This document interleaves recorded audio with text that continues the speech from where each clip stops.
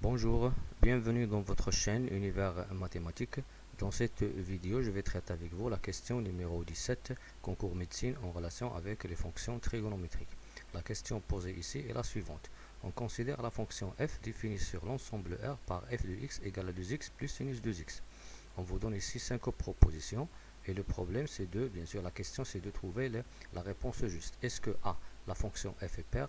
Est-ce que B, le point O n'est pas centre de symétrie de la courbe CF? Est-ce que C, la courbe CF est au-dessus de la droite d'équation y est égale 2x plus 1? Est-ce que D, la période de la fonction f est pi? Est-ce que E, la limite quand x tend vers 0 de f de x sur x égale à 4? Bien sûr ici je vais commencer de A jusqu'à le E et trouver bien sûr la bonne réponse. Bien sûr je vais vérifier toutes les autres propositions. Pour la première, je vais vérifier est-ce que la fonction est paire ou elle est impaire. Donc je vais calculer bien sûr f de moins x. Pour trouver qu'elle est paire, il faut trouver f de x. Donc f de moins x, bien sûr, d'après l'expression ici, est égal à moins 2x plus sinus de moins 2x. Et je sais que la fonction sinus est une fonction qui est impaire. Par suite, le moins 2x, je vais l'écrire ici, sinus de moins 2x, c'est moins sinus de 2x. Je vais bien sûr factoriser par le moins, je vais trouver moins f de x. Par suite, je vais trouver ici que la fonction f, elle est impaire. Donc, puisque ici la fonction elle est impaire et le a, il nous dit que la fonction est paire, cela veut dire que la réponse A est fausse. Bien, pour le B, le point O n'est pas centre de symétrie, bien sûr. Qu'est-ce que ça veut dire E, O, centre de symétrie? C'est-à-dire que la fonction elle est impaire. Et bien sûr, je vois ici, d'après la réponse A, que la fonction f elle est impaire. Puisqu'elle est impaire, donc la courbe elle est symétrique par rapport à l'origine O. Et la réponse B ici, il nous dit que le point O n'est pas centre de symétrie. Par suite, la réponse B est fausse. La réponse C. La courbe CF est au-dessus de la droite d'équation y est égale à 2x plus 1. Bien sûr, pour étudier la position relative d'une courbe et d'une droite, bien sûr, on calcule la différence de la fonction f de x moins l'équation de la droite. Ici, je vais écrire f de x moins, entre parenthèses, 2x plus 1. Et bien sûr, je vais remplacer le f de x par son expression. Je vais trouver 2x plus sinus 2x moins 2x moins 1, bien sûr, qui est égal à sinus 2x moins 1. Si ce résultat est positif, alors la courbe elle est au-dessus. Si ce résultat est négatif, la courbe elle est au-dessous. Bien, je sais que sinus de 2x il est toujours compris entre moins 1 et 1. Lorsque je retranche le 1 de ces trois termes, ces trois facteurs, je vais trouver ici le moins 2, sinus de 2x moins 1, ici le 0, cela veut dire que sinus de 2x moins 1, il est inférieur ou égal à 0.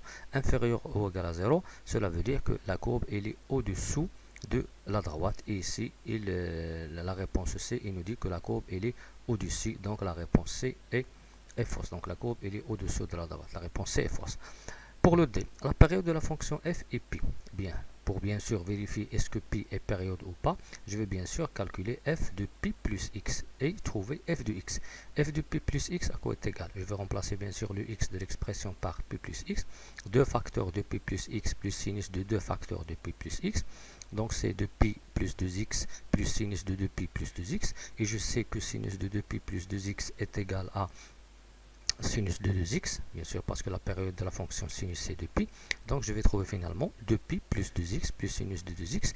Et 2x plus sinus de 2x, ce n'est que la fonction f. Alors ce résultat est égal à 2pi plus f de x, bien sûr qui est différent de f de x. Donc la période de la fonction f n'est pas pi.